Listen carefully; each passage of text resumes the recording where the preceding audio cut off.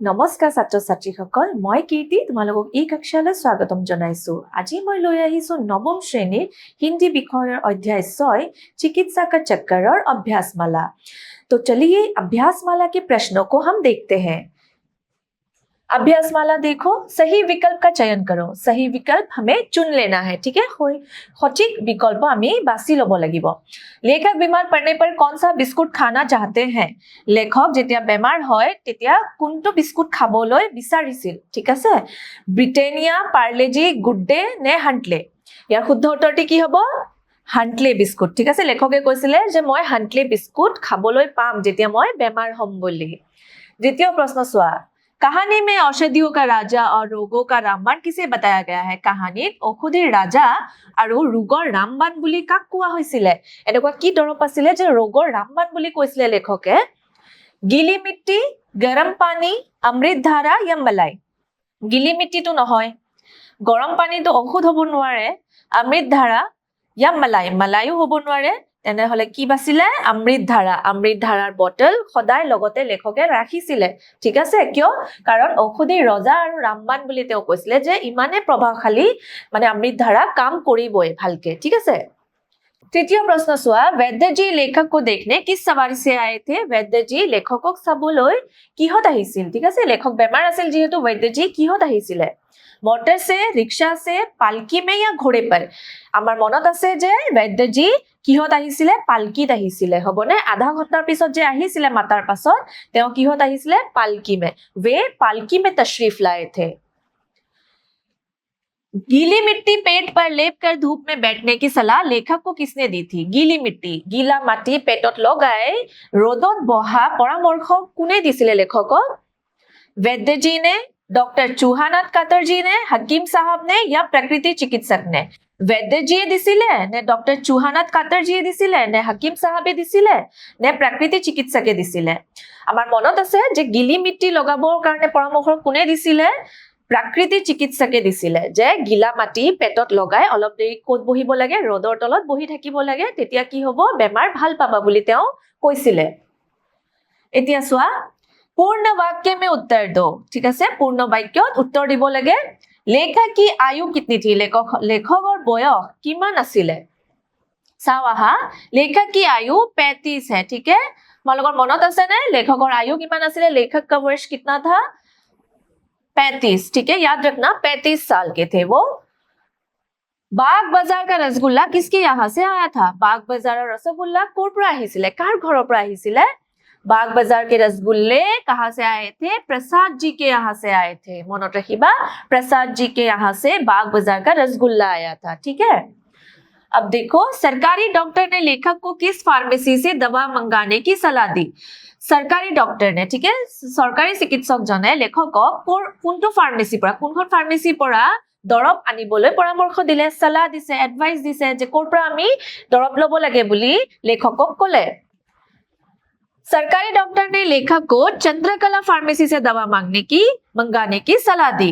सरकारी डॉक्टर जने की কৈছিলে? सरकारी डॉक्टरे কৈছিলে লেখকক যে ক'ৰ পৰা দৰব আনিব লাগে? চন্দ্ৰকলা ফাৰ্মেসিৰ পৰা দৰব আনিব লাগে, কাৰণ চন্দ্ৰকলা ফাৰ্মেসিত দৰব খুব ফ্ৰেশ পোৱা যায়, ভাল দৰব পোৱা যায় বুলি। डॉक्टर चौहानाथ कातर जी की फीस कितनी थी? তোমালোকৰ মনত আছে নে চৌহানাথ কাটাৰ जीर फीस কিমান আছিলে? প্ৰথমে কিমান টকা আছিলে চাওচোন। डॉक्टर चौहानाथ कातर जी का फीस 8 रुपए थी, ठीक है। डॉक्टर चौहानाथ की फीस 8 रुपए। किमान फीस দিব লগা হৈছিলে? 8 টকা। এতিয়া চোৱা, लेखक को ओझा से दिखाने की सलाह किसने दी? लेखকক ওঝাৰ পৰা দেখুৱাবলৈ सलाह किसने दी, ठीक है। एडवाइस किसने दिया या পৰামৰ্শ কোনে দিব চেষ্টা কৰিছে? लेखকক ওঝা দেখুৱাবলৈ কোনে কৈছিলে? लेखक को ओझा से दिखाने की सलाह अपनी नानी की मौसी ने दी थी। তোমালোকৰ মনত আছে নে আইতা গৰাকীৰ মাহী, ঠিক আছে। লেখকৰ আইতা গৰাকীৰ মাহীয়েকে লেখকক কৈছিলে যে তুমি কাক দেখুৱাব লাগে? এতিয়া ওঝাক দেখুৱাব লাগে, কাৰণ তোমাক কিহে পাইছে? ভূত প্ৰেতে পাইছে, চুৰেল, ঠিক है, জখিনীয়ে পাব পাৰে বুলি তুমি এতিয়া কি দেখুৱাব লাগে? ওঝাক দেখুৱাব লাগে বুলি কৈছিলে। এতিয়া চোৱা, संक्षेप में उत्तर दो। लगभग 25 शब्दों में 25 शब्दত আমাক উত্তৰ লিখিব দিছে। উত্তৰ চাও আহাচোন। लेखक बीमार कैसे पड़ा? ইয়াৰ উত্তৰ কি হ'ব?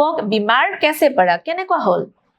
এতিয়া চোৱাচোন संक्षेप में उत्तर दो लगभग 25 शब्दों में এতিয়া আমাক উত্তৰ কেনেকৈ দিব লাগে 25 শব্দত আমাৰ উত্তৰ লিখিব লাগে ঠিক আছে প্ৰশ্ন কেইটা চাও लेखक बीमार कैसे पड़ा लेखक बीमार कैसे पड़ा মানে লেখকে কেনেকৈ বেমাৰ হ'ল ঠিক আছে কি হৈ পেলে তেওঁৰ বেমাৰ হ'ল এতিয়া উত্তৰ চোৱা एक दिन लेखक ने हॉकी खेलते समय अत्यधिक रिफ्रेशमेंट खा लिया আমাৰ মনত আছে যে হকি খেলি আহাৰ পিছত ঠিক আছে লেখকে নিজৰ পত্নীক কৈ আছিল যে তেওঁ কি খাইছে বহুত বেছি ৰিফ্ৰেশমেন্ট খাইছে ঠিক আছে লঘু আহাৰ খাইছে আৰু घर पहुंचकर उन्होंने 12 पूरियां और प्रसाद जी के यहां से आए 6 रसगुल्ले भी खा लिए अत्यधिक भोजन करने के कारण वे बीमार पड़ गए এতিয়া সোৱা তোমালোকৰ মনত পৰিছে নে লাহে লাহে যে তেওঁ প্ৰথমে কি খালে তেওঁ প্ৰথমে ৰিফ্ৰেশমেন্ট খাইছে হকি মেচ খেলাৰ সময়ত তাৰ পিছত তেওঁ পত্নী কলে যে মোৰ বিশেষ ভোক নাই তাৰ পিছতো তেওঁ কি খালে 12 পুৰিয়া ঠিক আছে 12খন পুৰি খালে আৰু লগতে মলাই খাইছিলে মনত আছে নে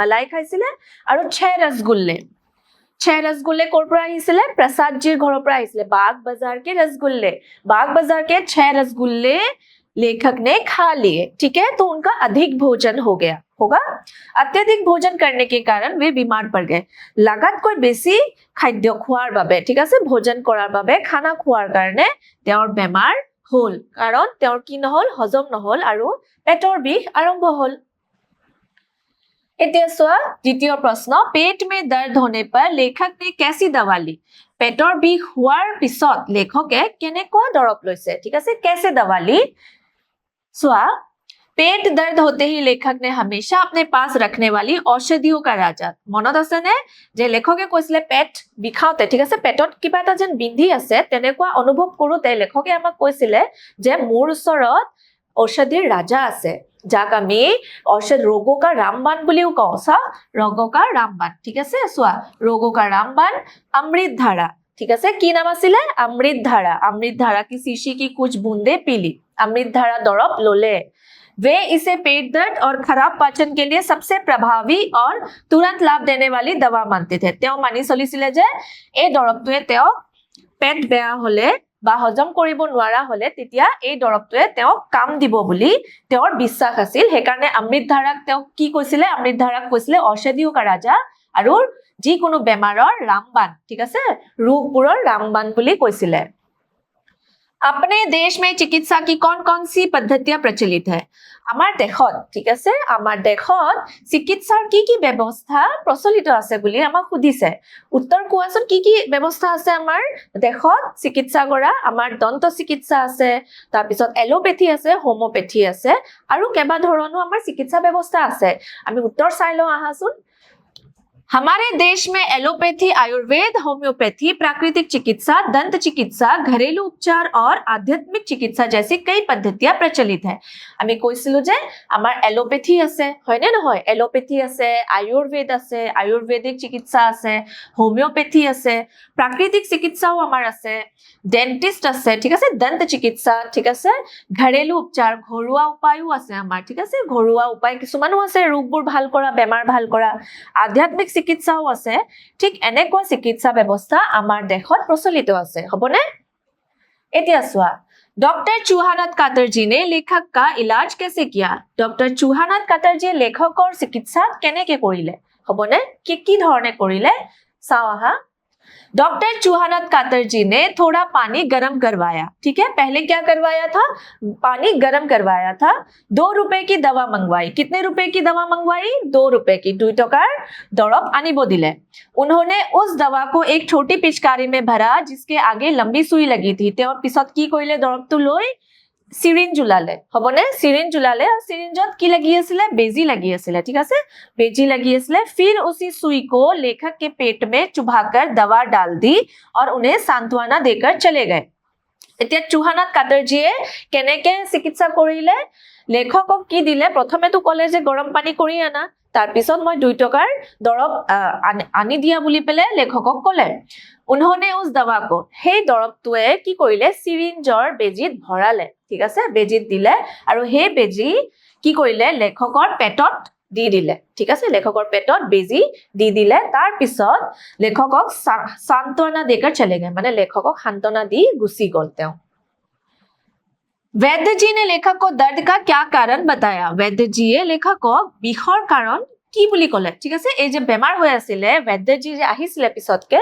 वैद्यजीয়ে বেমাৰৰ কাৰণ কি বুলি কৈছে লেখকক সোৱা वैद्यजी ने नाड़ी देखकर बताया कि लेखक को वायु का प्रकोप है वैद्यजीয়ে কি কৈছিলে वायुर प्रकोप আছে বুলি কৈছিলে ঠিক আছে नाड़ी চাই পেলে তেওঁ কৈছিলে যে वायुर प्रकोप আছে यकृत से उठकर वायु पित्ताशय में पहुंच गई और वहां से आंतों तक चली गई মনত পৰিছে নে वायुर प्रकोपर বাবে কি হৈছিলে বুলি কৈছিলে यकृत से লিভাৰৰ পৰা পিত্তাশয়লৈ হাৱা গল ঠিক আছে বায়ু গল আৰু वहां से তাৰ পৰা কোট পালে গৈ आंतों पाले गए ठीक है अंत में पहुंच गई इससे मंदाग्नि उत्पन्न हुई और भोजन रुक जाने के कारण ही पेट में शूल हुआ ठीक है अब इस वायु के कारण क्या हुआ मंदाग्नि मंदाग्नि का मतलब तुम्हें पता है मंदाग्नि क्या था जब पाचन शक्ति कम हो जाती है ठीक है हजम करा शक्ति जेतिया कम हो जाए ताक की বুলি কয় मंदाग्नि বুলি কয় এই হোৱাৰ বাবে मंदाग्नि হল ঠিক আছে পাচন শক্তি কম হল সেই কাৰণে খোৱা খাদ্যবোৰ হজম নহল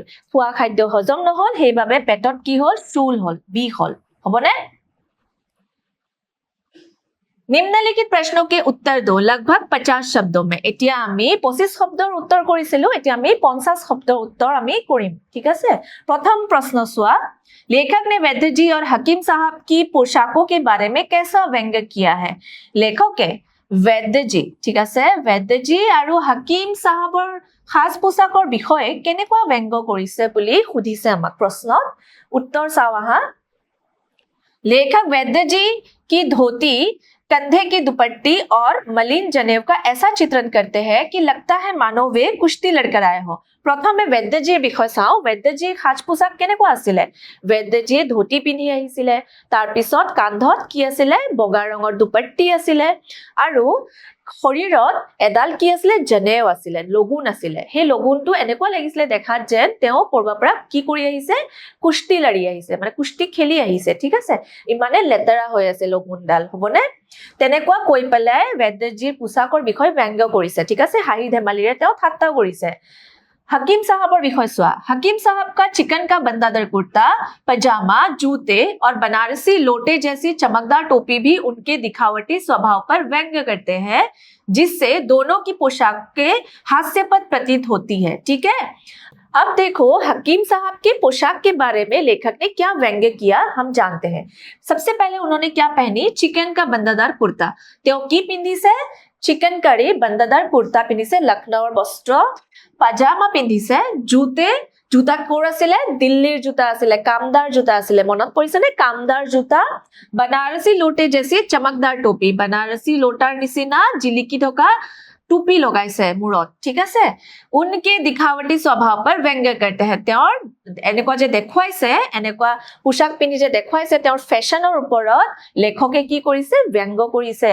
जिससे दोनों की पोशाकें हास्यपद प्रतीत होती है दोनों की पोशाकें মানে वैद्यजीৰ পোশাক আৰু हकीम साहबर পোশাকে কি কৰে আমাক লেখকে কি দেখাব বিচাৰিছে অলপ হাঁহি ধেমালিৰে আমাক পোশাকৰ বিষয় ব্যঙ্গ কৰিছে ঠিক আছে তেওঁ সেই পোশাকৰ বিষয় উল্লেখ কৰিছে হাঁহি ধেমালিৰে ঠাট্টা কৰিব চেষ্টা কৰিছে হবনে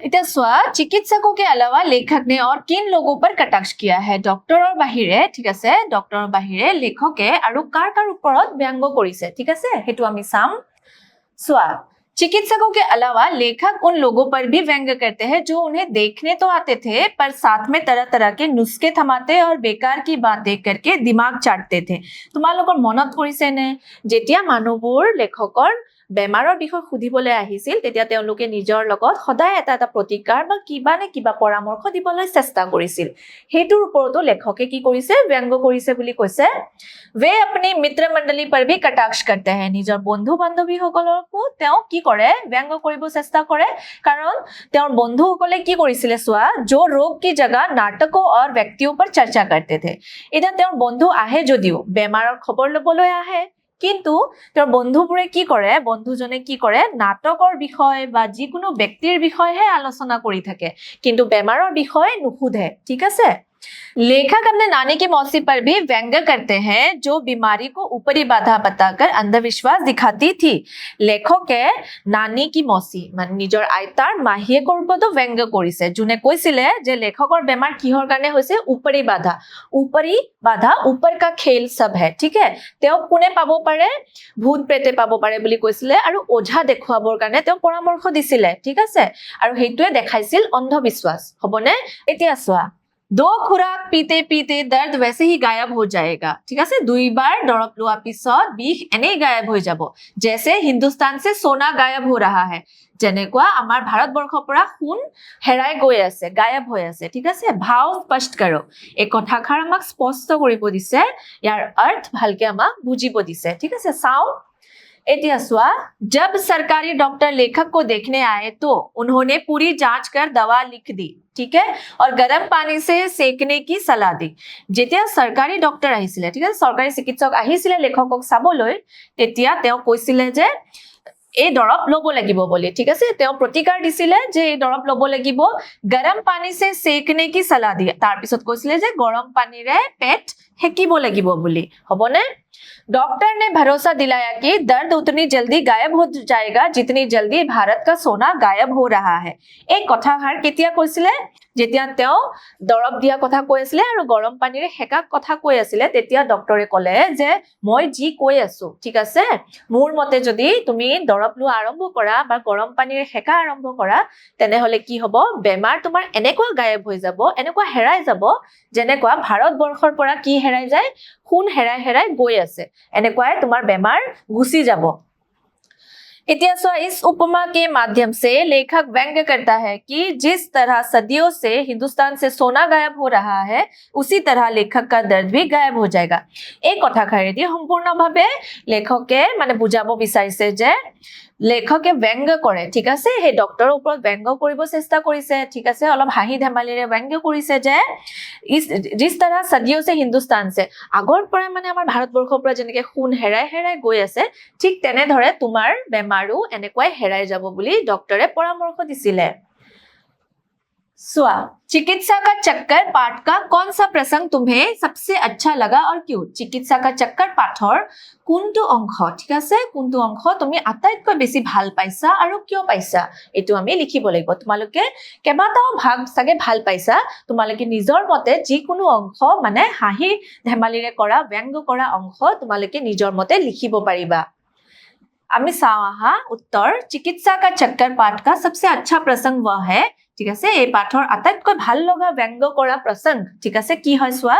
जहां लेखक पहली बार बीमार पड़ने की इच्छा जताते हैं लेखके जेटा आरंभणित কয় যে মই বেমাৰ হ'ব লাগিছিল তেওঁৰ ইচ্ছা এটা মনত জাগে যে মই বেমাৰ হ'ব লাগিছিল फिर विभिन्न डॉक्टरों वैद्य हकीम होम्योपैथी से इलाज करवाते समय मिलने वाली सहानुभूति भीड़ और हास्यपद सलाहों का आनंद लेते हैं এতিয়া তেওঁ কলে যে চিকিৎসা का चक्कर পাঠৰ ভাল লগা অংশ আটাইতকৈ ভাল লগা অংশ কি হয় আমি লিখিবলৈ চেষ্টা কৰিছো लेखक पहली बार बीमार पड़ने की इच्छा जताते हैं মানে লেখকে প্ৰথমবাৰৰ বাবে যেতিয়া ইচ্ছা এটা মনত জাগে যে ময়ো বেমাৰ হ'ব লাগিছিল আৰু তেতিয়া বেমাৰ হোৱাৰ পিছত যেতিয়া তেওঁ বিভিন্ন ডক্টৰ আৰু চিকিৎসা ব্যৱস্থা দি চিকিৎসা কৰাব চেষ্টা কৰে যেনেকৈ বেদ হাকিম হোমিওপেথি আছিল ঠিক আছে এলোপেথিও আছিল ঘৰুৱা উপায় আছিল ঠিক আছে আৰু ইলাজ करवाते समय मिलने वाली सहानुभूति আৰু তেওঁ চিকিৎসা কৰোৱা সময়ত মানুহবোৰৰ পৰা যে মৰম পাইছিল ঠিক আছে সহানুভূতি পাইছিল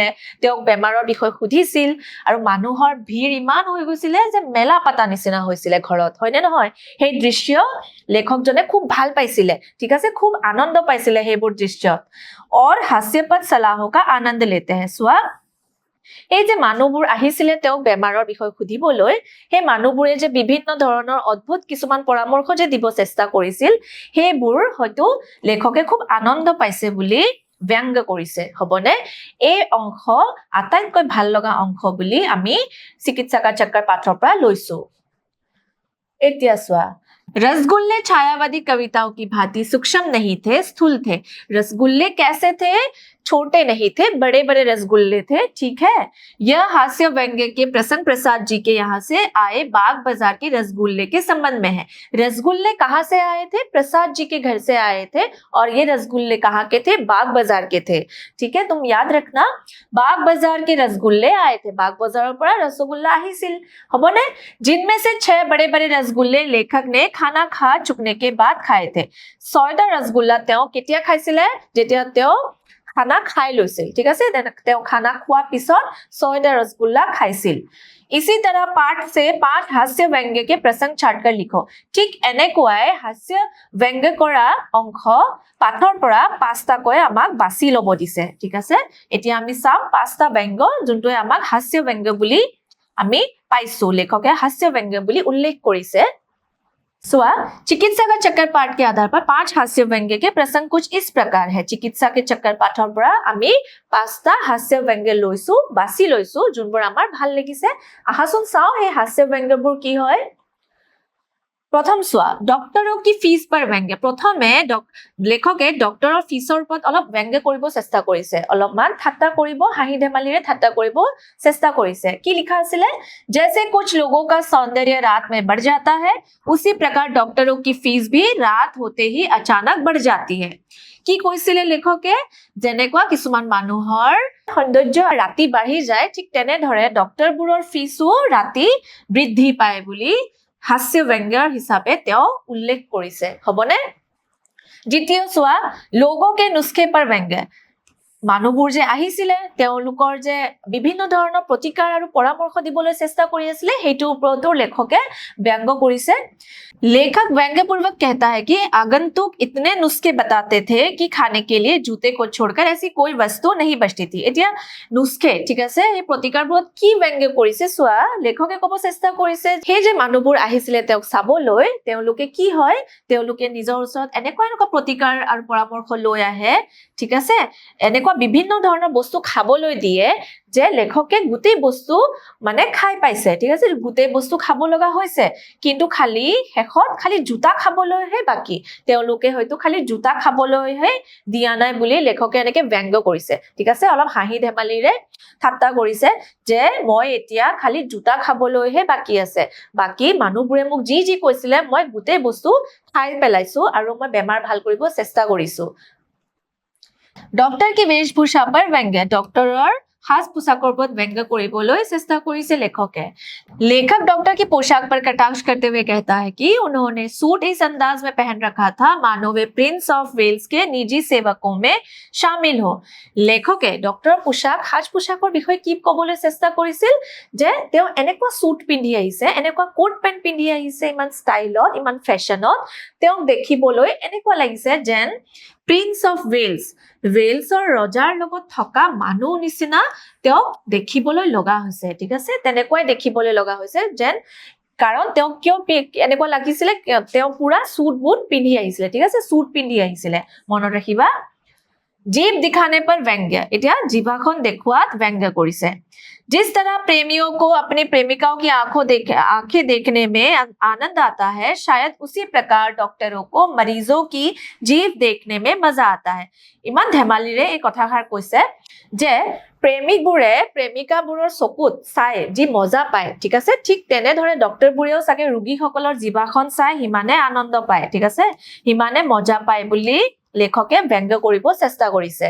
পঞ্চম ব্যংগ চোৱা, दर्द गायब होने पर व्यंग्य। আমি বিষ গায়ব কৰা, বিষ হেৰাই যোৱাটো বিভিন্ন ধৰণৰ ব্যংগ কৰিছে লেখকে। ঠিক আছে, दो खुराक पीते पीते आपका दर्द वैसा ही गायब हो जाएगा जैसे हिंदुस्तान से सोना गायब हो रहा हो। ডক্টৰজনে যে ক'বলৈ চেষ্টা কৰিছিল যে তেওঁৰ বিষ এনেকুৱা হেৰাই যাব যেন আমাৰ ভাৰতবৰ্ষৰ পৰা সোণ লাহে ধীৰে হেৰাই যোৱা হৈছে বুলি। ঠিক আছে, হেৰাই গৈ আছে, গায়ব হৈ আছে, ঠিক আছে, কম হৈ গৈ আছে, ঠিক তেনেদৰে আপোনাৰ পেটৰ বিষো ঠিক তেনেদৰে হেৰাই যাব বুলি ব্যংগ কৰিছে। ছাত্ৰ ছাত্ৰীসকল, আজিলৈ ইয়াতে সামৰিছো। আশা কৰিছো তোমালোকে এই প্ৰশ্নকেইটা ভালকে বুজি পাইছা। তেনেহলে আকৌ লগ পাম। ধন্যবাদ।